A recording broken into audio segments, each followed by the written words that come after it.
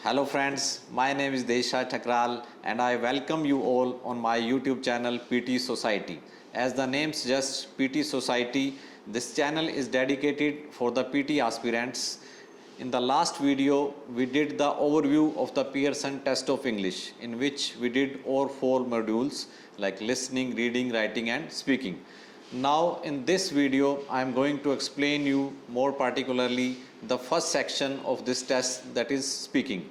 And in speaking we are going to do the read aloud, the first item of this test and the most easiest item of this test. तो read allowed में आज हम बात करेंगे कि किन चीज़ों को हमने ध्यान में रखना है उसको अटेम्प्ट करते हुए, क्योंकि ये सबसे इजी सेक्शन है इस टेस्ट का और काफ़ी वेटेज है इस सेक्शन की। हमारे पीटी टेस्ट में आपने देखा होगा, सुना होगा कि पीटी में स्पीकिंग में मोस्टली जो स्टूडेंट्स हैं वो 90 स्कोर भी करते हैं और बहुत सारे स्टूडेंट जो हैं वो 7 अबव स्कोर करते हैं। तो why? Because it's a very easy test. तो रीड अलाउड की अगर हम बात करें तो किन चीज़ों को हमने ध्यान में रखना है, किस पे हमने फोकस करना है, उन बातों के बारे में हम यहाँ पर डिस्कस करेंगे। तो एज़ यू नो कि रीड अलाउड में 2 लाइन्स हमारे सामने होती हैं अराउंड 60 वर्ड्स और हमें टाइम मिलता है 35 to 40 सेकेंड्स का उसे देखने का, उसे बोलने का, और उसके बाद हमारा जो रिकॉर्डर है, माइक है, वो ऑन हो जाता है। एंड आफ्टर 35-40 सेकेंड्स जैसे ही माइक ऑन होता है हमें वो 2 लाइनों को पढ़ना होता है। तो वो 2 लाइनें कैसे पढ़नी हैं, कैसे हमने उसको अच्छे से अटैम्प्ट करना है ताकि हम फुल मार्क्स उसमें गेन कर सकें, क्योंकि 15 मार्क्स का ये क्वेश्चन रहता है। लास्ट वीडियो में मैंने आपको बताया था कि 5 मार्क्स कंटेंट के रहेंगे, 5 मार्क्स प्रोनाउंसिएशन के रहेंगे और 5 मार्क्स ही फ्लुएंसी के रहेंगे। तो उन तीनों सेक्शन को लेके हमने किस तरह से उसको रीड करना है, उसके बाद स्ट्रेस और इंटोनेशन का क्या रोल है। जब उन 2 लाइनों को आपने पढ़ना है, डिफरेंट वर्ड्स को आपने रीड करना है, तो स्ट्रेस और इंटोनेशन कैसा होना चाहिए, क्या क्या चीज़ें हमने उसमें ध्यान रखनी है, वो हम एक प्रॉम्प्ट के थ्रू, एक एग्जाम्पल के थ्रू उसको यहाँ पर करेंगे। तो let's go to the screen and watch कि how it's going to attempt, right. These are the things to keep in mind while attempting read aloud. So now first thing is test your headphone and mic before the start of the test. तो सबसे पहले हमने अपना headphone और mic उसको test करना है जब हम एग्ज़ाम सेंटर पर जाएंगे, क्योंकि ये बहुत ही ज़रूरी है, बहुत ही नेसेसरी है। क्योंकि without checking headphone and mic अगर हम उसको स्टार्ट करेंगे और बीच में अगर कोई प्रॉब्लम आएगा तो फिर उसका कोई सोल्यूशन नहीं है, right. And second thing is understand the role of stress and intonation, use proper pitch. तो पिच जो है हमने प्रॉपर यूज़ करनी है, उसको हम आगे डिटेल में भी बात करेंगे। And third one is pauses to be taken timely. So take accurate pauses where there is a comma, semicolon और फुल स्टॉप। तो रीड अलाउड करते हुए हमने इन चीज़ों का ख़ास तौर से ध्यान रखना है कि जहाँ पे भी कोमा है, सेमी कोलन है या फुल स्टॉप है, वहाँ पर हम लाइट सा पॉज ले सकते हैं, otherwise we will speak fluently. And fourth one is neither skip any word nor add any word while reading the given content. तो कोई भी वर्ड ना तो हमें ऐड ऑन करना है और ना ही वहाँ पे स्किप करना है। जो कंटेंट हमें दिया गया है हमने उसी को ही ट्रूली रीड करना है, right. Take care of pronunciation, pronounce all the words correctly. तो प्रोनाउंसिएशन हमें पता है कि बहुत इंपॉर्टेंट फैक्टर है, तो हमें राइटली प्रोनाउंस करना है वर्ड्स को, उसको भी हम आगे डिटेल में बात करेंगे। Don't repeat any word and need not to rectify. By chance अगर आपसे कोई वर्ड गलती से बोला गया या गलत बोला गया तो उसको रिपीट करने की ज़रूरत नहीं है और ना ही उसे रेक्टिफाई करने की ज़रूरत है। आप सीधा आगे निकल जाएंगे नेक्स्ट वर्ड को रीड करते हुए। Now speak with conviction and self confidence. ये सबसे इम्पोर्टेंट चीज़ है जो आपको टेक केयर करनी है वाइल रीड अलाउड, क्योंकि वॉइस मॉड्यूलेशन जो है वो मैटर करता है। उस चीज़ का आपको ख़ास तौर से ध्यान रखना है। Take care of the time, use preparation time in understanding long words and pronounce these correctly. तो जो टाइम आपको मिलता है 35 to 40 सेकेंड्स आपको वहाँ पर अंडरस्टैंड करने के लिए, तो उस टाइम को आपने अच्छे से यूज़ करना है। कोई मुश्किल वर्ड है, कोई टफ़ वर्ड है, तो उसको आप ब्रेक करके उसको आप रीड कर सकते हैं, ध्यान से देख सकते हैं वर्ड्स को जो आपको डिफ़िकल्ट लग रहे हैं। तो वो 35-40 सेकंड्स बहुत इंपॉर्टेंट है। तो आपको पूरा कंटेंट उस टाइम भी बोल के ही पढ़ना है और जैसे ही आपका माइक ऑन होता है आपको फिर फॉर्मली उसको रीड करना है। Fluency doesn't mean that you have to speak very fast. तो कुछ स्टूडेंट्स क्या करते हैं कि बहुत फास्ट बोलते हैं, उनको लगता है कि बहुत फास्ट बोलेंगे तो तभी हमारा फ्लुएंसी करेक्ट आएगा, बट फ्लुएंसी का एक्चुअल मीनिंग ये नहीं है। फ्लुएंसी का मीनिंग है कि आप जो बोल रहे हैं सामने वाला उसको अंडरस्टैंड करे, so that's the main thing. और लास्ट थिंग, आपको रियल एग्ज़ाम में जो आपके आसपास के स्टूडेंट्स होंगे, कैंडिडेट्स होंगे, वो भी रीड अलाउड अटैम्प्ट कर रहे होंगे तो उनका बहुत सारा नॉइस आएगा, बट आपको उससे अपने आप को अटेंटिव रहना है और उससे अपने आप को इफ़ेक्ट नहीं होने देना है, तो because your mic will catch your voice only, right. तो इन चीज़ों को हमने ख़ास तौर से ध्यान रखना है। तो अब हम चलते हैं प्रॉम्प्ट की तरफ। So friends, like this the screen will be in front of you and we can see the seconds are going on। तो आपको 35 to 40 seconds का टाइम मिलेगा उसको रीड करने के लिए। तो एक्चुअल में जब वो रिकॉर्डर स्टार्ट होगा या माइक स्टार्ट होगा उससे पहले भी आप बोल कर रीड कर सकते हैं उसको, ताकि आप उसकी प्रैक्टिस कर पाएँ। उसमें डिफ़िकल्ट वर्ड्स जो हैं उनको आप देख सकते हैं, ब्रेक कर सकते हैं, ताकि आप राइटली उसको प्रोनाउंस कर सकें।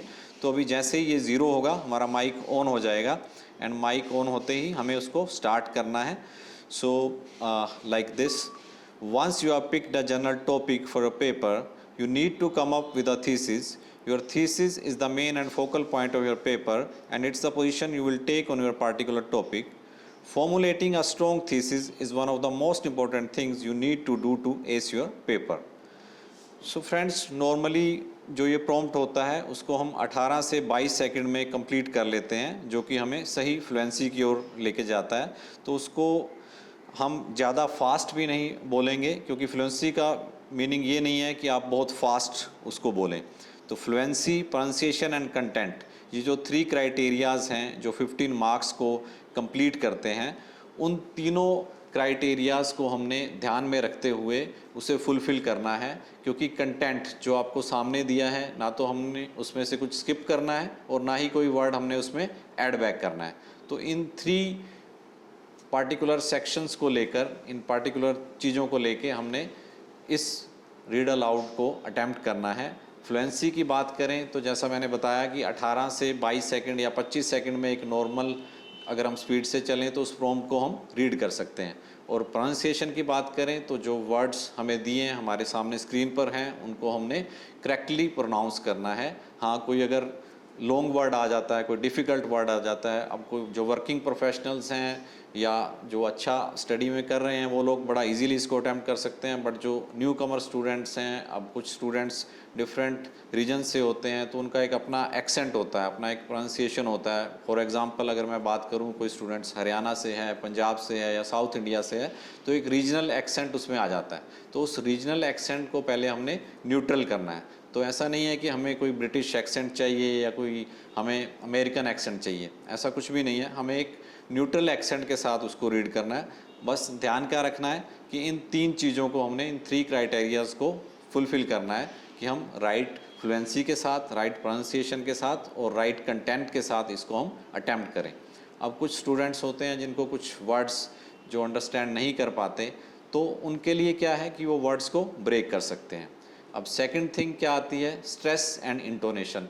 अब स्ट्रेस एंड इंटोनेशन किसे कहते हैं हम, जो राइज एंड फॉल रहता है वॉइस में। जब हम बात करते हैं, लाइक मैं अब आपसे बात कर रहा हूँ, तो वॉइस में जो राइज एंड फॉल आता है उसको हम स्ट्रेस एंड इंटोनेशन का नाम देते हैं। तो स्ट्रेस एंड इंटोनेशन में मेनली क्या रहता है कि हमें ध्यान रखना है कि जो इंपॉर्टेंट वर्ड्स हैं वो 2 या 3 वर्ड्स हमें आइडेंटिफाई करने हैं अपने उस प्रॉम्प्ट के अंदर, और उनको हमने थोड़ा राइज नोट के साथ बोलना है। कई बार स्टूडेंट्स क्या करते हैं कि जो लास्ट वर्ड फुल स्टॉप से पहले वाला वर्ड होता है वहाँ पे बहुत सारी स्ट्रेस दे देते हैं, उसको हाई नोट में ले जाते हैं। तो कभी भी जो फुल स्टॉप से पहले वाला वर्ड है उसको हम हाई नोट में नहीं कहेंगे। हाँ, फॉर एक्सेप्शन कि अगर वहाँ पर आपसे कोई क्वेश्चन पूछा गया है जिसका आंसर येस या नो में है, तो then we will stress that last word, otherwise we will speak normally. तो एक बड़ा ही आसान सा प्रॉम्प्ट है ये, जिसको काफ़ी स्टूडेंट्स जो हैं वो अटैम्प्ट नहीं कर पाते।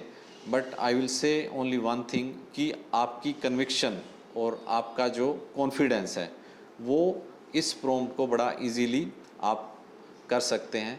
तो आप कॉन्फिडेंस के साथ उसको बोलिए, राइट प्रोनाउंसिएशन के साथ बोलिए, थोड़ा प्रैक्टिस कीजिए। काफ़ी स्टूडेंट्स जो हैं वो शॉर्टकट में जाना पसंद करते हैं, वो कई बार वर्ड्स को है स्किप कर देते हैं या कुछ वर्ड्स को राइटली प्रोनाउंस नहीं करते, या अपना रीजनल एक्सेंट है जो उसको शो करते हैं वहाँ पे, तो वो शॉर्टकट की वजह से बार बार टेस्ट भी अटैम्प्ट करते हैं।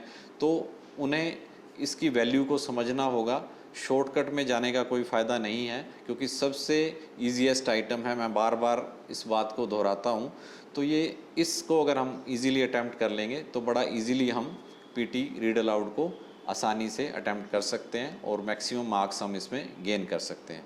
So that is the first item where we can do this. तो एक और प्रॉम्प्ट की तरफ हम जाते हैं, उसको रीड करते हैं, फिर से समझते हैं कि अगर कोई डिफ़िकल्ट वर्ड आता है तो कैसे हम उसको ब्रेक कर सकते हैं।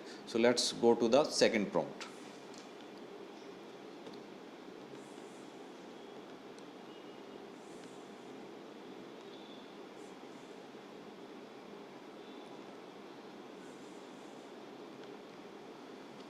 सो इन द सेम वे वही हमें 35 to 40 सेकंड्स हमारे सामने होते हैं, तो रिकॉर्डर हमारे सामने आता है और उस 35 to 40 सेकंड्स में हमें करना क्या है कि वो 35 to 40 सेकंड्स जो हमें मिले हैं तो हमें डिफ़िकल्ट वर्ड्स जो हैं उनको चूज़ कर लेना है, उनको ब्रेक कर लेना है, उनको हम अच्छे से बोल कर देख सकते हैं, अपनी प्रैक्टिस कर सकते हैं। एंड देन जैसे ही हमारा रिकॉर्डर माइक ऑन होता है तो वेरी इजीली हम उसको अटैम्प्ट कर सकते हैं। For example, many papers you write in college will require you to include quotes from one or more sources. Even if you don't have to do it, integrating a few quotes into your writing can add life and persuasiveness to your arguments. The key is to use quotes to support a point you are trying to make rather than just include them to fill space. So friends, like this, if we see here, so there is a word persuasiveness. तो अब कुछ students जिनके लिए difficult word है तो they can break it. तो जहाँ पर कॉन्सोनेंट आता है लाइक पर सुएसिवनेस, सो नेस वी नो, PER पर वी नो, तो पर सुएसिवनेस, तो ब्रेक लाइक दिस, जहाँ पर बीच में कॉन्सोनेंट आता है वहाँ पर हम इसको ब्रेक कर सकते हैं। तो एक जो डिफ़िकल्ट वर्ड है उसको हम ईजी बना सकते हैं। सो लाइक दिस, अगर हम इसको प्रैक्टिस करते हैं रूटीन में इन चीज़ों को ध्यान में रखते हुए तो बड़ा इजीली इसको अटेम्प्ट किया जा सकता है। हमारे नेक्स्ट वीडियो में हम बात करेंगे रिपीट सेंटेंस की और डिस्क्राइब इमेज की, जो सेकंड और थर्ड आइटम है। Then we will move to retail lecture and answer short questions. तो these 5 items we will do one by one, उसको आसानी से समझेंगे, उसको डिटेल में हम अटेम्प्ट करेंगे। So thanks to you all for listening me carefully. So I will again request you to subscribe this channel PT Society, and we are offering you free 7-day online classes, as well as you can subscribe on the portal and you can go on the ptsociety.in. You can browse in your web and you can register yourself on ptsociety.in to attempt free mock tests as well as free practice tests. So till then, bye. Thank you.